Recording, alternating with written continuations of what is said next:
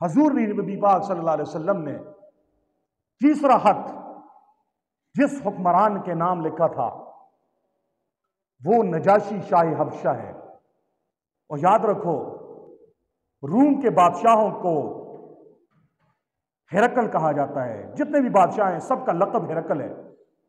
ایران کے بادشاہ کا لقب کسرا ہے، حبشہ کے بادشاہ کا لقب نجاشی ہوا کرتا ہے۔ ترکی کے حکمرانوں کا نام حاقان ان کا لقب ہے۔ مصر کے حکمرانوں کا لقب فرعون ہے۔ مصر کے حکمرانوں کو وہ فرعون کہتے ہیں، فرعون لقب۔ روم والوں کو ہرقل، ایران والوں کو کسرا، حبشہ والوں کو نجاشی اور ترکی والوں کو خاقان کہا جاتا ہے۔ تو نبی پاک صلی اللہ علیہ وسلم نے حبشہ کے حکمران نجاشی کے نام خط لکھا۔ اس نجاشی کا نام اسہمہ ہے، اسہمہ۔ اور یاد رکھو، میں شروع میں ایک بات بتا دیتا ہوں کہ جب مہاجرین سن 590 میں نبوت کے 5ویں سال ہجرت کر کے حبشہ جا رہے تھے تو اس وقت بھی ایک حکمران وہاں پہ تھا، اس کو بھی نجاشی کہتے ہیں، اس کا نام بھی اسہمہ ہے۔ اور وہ 590 میں حضور نبی پاک صلی اللہ علیہ وسلم نے کچھ صحابہ کو بھیجا کہ حبشہ کی طرف ہجرت کر دو۔ اس میں حضور کی بیٹی بھی تھی، حضور کے داماد بھی تھے حضرت عثمان، اور اسی میں حضور کے چچا زاد بھائی حضرت جعفر بھی تھے۔ یہ سن 590 میں وہاں پہ گئے۔ اس وقت کے بادشاہ کا نام بھی اسہمہ ہے۔ اور ہجرت کے 6 سال یعنی صلح حدیبیہ کے بعد اب جب خط لکھے جا رہے ہیں، اس وقت جو حکمران ہے اس کا نام بھی اسہمہ ہے۔ اس سے علماء کرام اور سیرت نگار یہاں پہ آ کر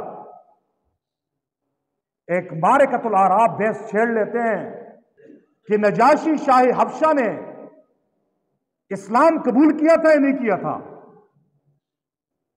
تو بعض سیرت نگار کہتے ہیں نجاشی شاہ حبشہ نے اسلام قبول کیا تھا، اور حضور پاک صلی اللہ علیہ وسلم کو خبر بھی مل گئی کہ وہ فوت ہوئے، تو رسول اللہ صلی اللہ علیہ وسلم نے نجاشی بادشاہ کا غائبانہ نماز جنازہ پڑھایا۔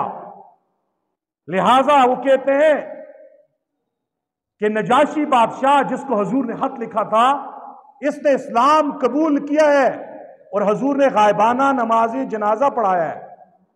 ایک مسئلہ بتا کے میں آگے بات بڑھانا چاہتا ہوں کہ غائبانہ نماز جنازہ رسول اللہ نے جو نجاشی کا پڑھایا، یہ حضور پاک صلی اللہ علیہ وسلم کی خصوصیت تھی۔ بہت ساری باتیں حضور کے ساتھ خاص ہیں، میرے اور آپ کے لیے اس پہ عمل کرنا جائز نہیں ہے۔ ہمارے لیے 4 تک شادیوں کی اجازت ہے، رسول اللہ صلی اللہ علیہ وسلم کی ازواج کی تعداد تو 11 ہے۔ میرے اور آپ کے لیے بہت ساری چیزیں منع، رسول اللہ کے لیے گنجائش ہے۔ اس سے ہم کہتے ہیں حضور نے نجاشی بادشاہ اسہمہ کا جو جنازہ پڑھایا تھا وہ حضور کی خصوصیت تھی، اور حضور کا معجزہ بھی وہاں پہ صادر ہوا۔ اللہ نے آگے سے پہاڑوں کو ہٹا دیا، وادیوں کو ہٹا دیا، نجاشی بادشاہ کا جنازہ آپ کی آنکھوں کے سامنے لایا گیا، تو رسول اللہ صلی اللہ علیہ وسلم نے پڑھا تو حضور کے لیے وہ غائب نہیں تھا، سامنے تھا۔ یہ مسئلہ میں نے ضمنی بتایا ہے۔ اب میں اپنی بات کی طرف جانا چاہتا ہوں کہ حضور نے نجاشی بادشاہ کے نام جو دعوتی خط لکھا تھا اس نے اسلام قبول کیے نہیں۔ تو بعض سیرت نگاروں نے یہ جنازے والا واقعہ بیان کر کے وہ کہتے ہیں نجاشی نے اسلام قبول کیا تھا، لیکن محققین سیرت نگار کہتے ہیں کہ چونکہ دونوں بادشاہوں کا نام ہے کہ اسہمہ، سن 590 میں جو مہاجر گئے تھے اس وقت حبشہ کے حکمران کا نام بھی نجاشی اسہمہ تھا اور لقب نجاشی تھا، اور حضور پاک نے صلح حدیبیہ کے بعد جب دعوتی خط لکھا تھا اس بادشاہ کا نام بھی اسہمہ تھا۔ تو دونوں کا نام اسہمہ ہے، اس لیے کسی کو غلطی لگ گئی ہے۔ صحیح بات یہ ہے کہ جس بادشاہ کو رسول اللہ صلی اللہ علیہ وسلم نے دعوتی خط بھیجا تھا، صلح حدیبیہ کے بعد انہوں نے اسلام قبول نہیں کیا۔ اب اسے جو دعوتی خط بھیجا، اس خط کا متن کیا ہے، الفاظ کیا ہیں، اس میں کیا قیمتی مواعظ رسول اللہ کے۔ یہ خط عمر بن امیہ رضی اللہ تعالی عنہ نے حضور سے لیا، قاصد بن کر حبشہ کی سرزمین کی طرف روانہ ہوئے۔ اور خط کے شروع میں کیا لکھا تھا؟ لکھا تھا من محمد الرسول اللہ الی النجاشی عظیم الحبشہ۔ یہ خط ہے محمد الرسول اللہ کی طرف سے نجاشی حبشہ کے بادشاہ کے نام۔ سلام علی من اتبع الہدی، اس آدمی پہ سلام کی ہو جس نے ہدایت کی پیروی کی۔ اما بعد فإنی احمد الیک اللہ الذی لا الہ الا هو الملک القدوس السلام المؤمن المہیمن، میں اس اللہ کی تعریف کرتا ہوں، اللہ الذی لا الہ الا هو، جس کے علاوہ کوئی معبود نہیں، الملک جو حقیقی بادشاہ ہے، القدوس جو قدوس ہے، السلام جو سلامتی والا ہے، المؤمن جو امن دینے والا ہے، المہیمن جو نگہبان ہے، واشہد انی عیسی ابن مریم روحہ وکلمتہ، میں یہ گواہی دیتا ہوں کہ عیسیٰ ابن مریم اللہ کا کلمہ اور اللہ کی روح ہے۔ اللہ کی روح، کلمے سے مراد کیا ہے، روح سے مراد کیا ہے، انشاءاللہ کسی جمعے میں تفصیلاً اس میں بحث ہوگی۔ القاها الی مریم بطول الطیبۃ الحسینہ، فرمایا جسے اللہ نے مائی مریم جو پاکیزہ ہے، باکردار ہے، اس کی طرف اس کا الہام کیا اس کے بطن مبارک میں۔ فرمایا فحملت بعیسیٰ من روحہ ونفخہ کما خلق آدم بیدہ، فرمایا جس اللہ نے آدم علیہ السلام کو اپنے دست قدرت سے بنایا، فرمایا ایسے ہی حضرت مائی مریم عیسیٰ علیہ السلام اس کے بطن میں آ گئے اللہ کے کلمہ کن سے اور اللہ کے حکم سے۔ دو چیزیں حضور نے شروع میں ذکر کی ہیں، پہلے اللہ کی تعریف بیان کی ہے، پھر ساتھ عیسیٰ علیہ السلام کے بارے میں اپنا نظریہ بھی بیان کیا ہے کہ میں عیسیٰ علیہ السلام کو کیا مانتا ہوں، میں اسے الہ ابن اللہ، اللہ کا بیٹا نہیں مان رہا، فرمایا میں اسے روح اللہ مانتا ہوں، کلمت اللہ مانتا ہوں، لیکن اسے الوہیت اور خدائی کے مقام پر اور اسے اللہ کے بیٹا ہونے کے مقام پر جیسے عیسائیوں کا عقیدہ ہے، عقیدہ تثلیث، میں اس عقیدے والا نہیں ہوں۔ پھر آگے اسلام کی دعوت دی ہے، سنو غور سے، فرمایا وَإِنِّي أَدْعُوكَ إِلَى اللَّهِ وَحْدَهُ لَا شَرِيكَ لَهُ، فرمایا میں تجھے دعوت دیتا ہوں اس اللہ کی طرف جس کے ساتھ کوئی شریک نہیں ہے، وَالْمُوَالَاةِ عَلَىٰ طَاعَتِهِ، اور اللہ کی فرما برداری کی دعوت دے رہا ہوں۔ اور تیسری چیز وَأَن تَتَّبِعَنِي وَتُؤْمِنَ بِالَّذِي جَاءَنِي، فرمایا اور اس بات کی دعوت دے رہا ہوں آپ میری پیروی کریں، مجھے نبی مان لیں اور اس پیغام کو مان لیں جو میرے پاس جبرائیل امین لے کر آئے ہیں۔ پھر کیا کہا فَإِنِّي رَسُولُ اللَّهِ، فرمایا میں اللہ کا رسول ہوں، وَإِنِّي أَدْعُوكَ وَجُنُودَكَ إِلَى اللَّهِ، میں تجھے اور تیرے لشکر کو اللہ کی طرف بلاتا ہوں، وَقَدْ بَلَّغْتُ، فرمایا میں نے اپنا پیغام پہنچا دیا، وَنَصَحْتُ، اور میں نے خیرخواہی کر دی، فَاقْبَلْ نصیحتی، آپ میری نصیحت کو قبول کر دیجئے، وَالسَّلَامُ عَلَىٰ مَنِ اتَّبَعَ الْهُدَىٰ، سلامتی ہو اس پر جس نے ہدایت کی پیروی کی۔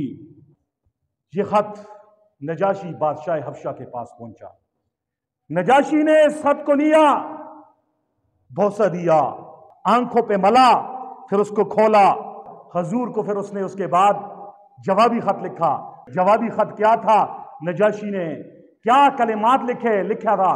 بسم اللہ الرحمن الرحیم، اللہ کے نام سے شروع جو بڑا مہربان نہایت رحم والا ہے، من النجاشی الاسحم بن ابجز، کہ یہ خط ہے نجاشی جس کا نام اسحمہ ہے، باپ کا نام ابجز ہے، اس کی طرف سے، سلام علیک یا نبی اللہ ورحمۃ اللہ وبرکاتہ، من اللہ الذی لا الہ الا هو الذی ہدانی الی الاسلام، فرمایا اے نبی آپ کے اوپر، اے اللہ کے نبی آپ کے اوپر سلام ہو، اللہ کی رحمتیں ہوں اور اس اللہ کی برکتیں ہوں جس کے علاوہ کوئی معبود نہیں ہے، جس نے مجھے اسلام کی طرف ہدایت دی ہے۔ فرمایا اما بعد، اس کے بعد فرمایا فقط بلغنی کتابک یا رسول اللہ، اے اللہ کے رسول آپ کا خط مجھے پہنچ چکا ہے، فیما ذکرتا من امر عیسیٰ فورب السماء والارض ان عیسیٰ ما یزید علی ما ذکرتا شفروقا۔ اے اللہ کے نبی، آپ نے عیسیٰ علیہ السلام کے بارے میں جو جملے لکھے کہ روح اللہ ہے، کلمت اللہ ہے، اس اللہ کی قسم جو آسمانوں کا بھی رب ہے، زمینوں کا بھی رب ہے، عیسیٰ علیہ السلام کا درجہ اس سے ذرا برابر بھی زیادہ نہیں ہے۔ فرما انہو کما قلتا، اللہ کے نبی جیسے آپ نے فرمایا عیسیٰ علیہ السلام کی شان مقام ایسا ہی ہے۔ فرمایا عرفنا ما بعثت به الینا، فرمایا اللہ کے نبی ہم نے وہ پیغام جو آپ نے ہماری طرف بھیجا ہم نے اسے اچھی طریقے سے معلوم کر لیا، پہچان لیا۔ وقت کرینا ابن امی کا وصحابہ، اور اللہ کے نبی آپ کے چچا زاد بھائی جعفر اور اس کے ساتھی حبشہ کی طرح ہجرت کر کے ہمارے پاس آئے تھے، ہم نے بڑی اچھی انداز سے ان کی مہمان نوازی کی ہے۔ اور آگے کیا فرمایا؟ فرمایا فاشہد انک رسول اللہ صادقا مصدقا، فرمایا میں گواہی دیتا ہوں آپ اللہ کے رسول ہیں، سچے رسول اور پہلے پیغمبروں کی تصدیق کرنے والے۔ فرمایا وقد بایاتک وبایات ابن امک واسلمت علی یدیہ، فرمایا اللہ کے نبی میں نے آپ کے ہاتھ پر بیعت کی، آپ دور ہیں لیکن آپ کے چچا زاد بھائی جعفر کے ہاتھ پہ میں نے بیعت کر لی اور میں اسلام قبول کر چکا ہوں۔ اور آگے فرمایا للہ رب العالمین، تمام تعریف اللہ کی طرف ہیں، اللہ کے لیے ہیں۔ وقد بعثت الیک بابن ارحب بن الاسہم، فرمایا اللہ کے نبی میں اپنے بیٹے جس کا نام ارحا ہے اسے آپ کے پاس بھیج رہا ہوں۔ روایات میں آتا ہے 60 آدمیوں کے ساتھ اس نے اپنے بیٹے ارحا کو بھیجا رسول اللہ کے پاس، راستے میں کشتی ڈوبی اور سب کے سب جو ہے نا اس کے اندر جو ہے نا ہلاک ہو گئے اور دنیا سے پردہ فرما گئے۔ اور پھر کیا کہا فَإِنِّي لَا أَمْلِكُ إِلَّا نَفْسِي، اللہ کے نبی میں اپنے علاوہ کسی کے اوپر میری کوئی قدرت نہیں ہے۔ فرمایا وَإِن شِئْتَ فَعَلْتُ يَا رسول اللہ، اگر آپ چاہیں اللہ کے نبی کہ میں خود آ جاؤں تو میں خود حاضر ہو جاؤں گا۔ فَإِنِّي أَشْهَدُ أَنَّ مَا تَقُولُ حَقٌّ، اللہ کے نبی آپ جس بات کی دعوت دے رہے ہیں وہ حق ہے۔ اور آگے لکھا تھا السلام علیکہ یا رسول اللہ، اللہ کے نبی آپ پر سلام ہو۔ یہ خط رسول اللہ نے بھیجا جو اس کے جواب میں نجاشی نے بھیجا۔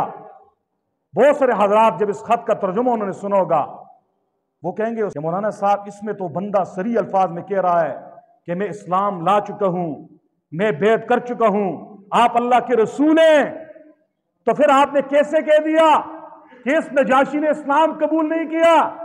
میں نے تمہید کے طور پہ ایک بات بیان کر دی کہ بڑا جو ہے نا اشتباہ ہوا ہے مورخین اور سیرت نگاروں کو کہ خط کون سے اسحمہ کا ہے، جس کے پاس نبوت کے 5ویں سال مہاجرین ہجرت کر کے گئے تھے مکہ سے، اس نجاشی کا خط ہے، یا جس کے پاس رسول اللہ نے ہجرت کے بعد صلح حدیبیہ کے بعد 6 ہجری میں خط بھیجا اس کا جوابی خط ہے؟ جنہوں نے یہ خط اسحمہ نجاشی جس کے پاس مہاجرین گئے تھے نبوت کے 5ویں سال اس کا قرار دے دیا، وہ کہتے ہیں یہ اسلام قبول کیا، یہ پتہ چل رہا ہے، اور یہ بعد والے نے قبول نہیں کیا۔ اور جو کہتے ہیں نہیں یہ بعد والے کا خط ہے، جس کے پاس حضور نے جو خطوط لکھے تھے سب بڑے بڑے فرمانرواؤں کو، تو وہ کہتے ہیں دیکھو اس نے اسلام قبول کیا ہے۔ اور اختلاف اس لیے ہوا کہ میں نے ایک بات کہی کہ حبشہ کے حکمرانوں کا لقب نجاشی ہوتا ہے، اور عجیب بات یہ ہے ان دونوں حکمرانوں کا نام بھی سیم تھا، ایک کا نام بھی اسحمہ تھا، دوسرے کا نام بھی اسحمہ تھا، ایک کے باپ کا نام بھی وہی، دوسرے کا بھی وہی۔ یہ لوگ اپنے بڑوں کے نام پہ نام رکھا کرتے تھے، بہت سارے ایسے نام کتابوں والوں نے لکھے ہیں کہ اپنا نام بھی محمد ہے، باپ کا نام بھی محمد ہے، دادے کا نام بھی محمد ہے۔ المدخل نامی ایک کتاب ہے جس کے رائٹر کا نام محمد ہے، باپ کا نام محمد ہے، دادا کا نام محمد ہے۔ یہ لوگ اپنے بڑوں کے نام پہ نام رکھا کرتے تھے، اس لیے یہ یہاں پہ ان کے درمیان یہ اختلاف پیدا ہو گیا۔ تو اس سے یہی معلوم ہوا کہ یہ جو نجاشی تھا اس نے اسلام قبول نہیں کیا تھا، اسلام قبول نہیں کیا تھا۔ وآخر دعوانا الحمدللہ رب العالمین۔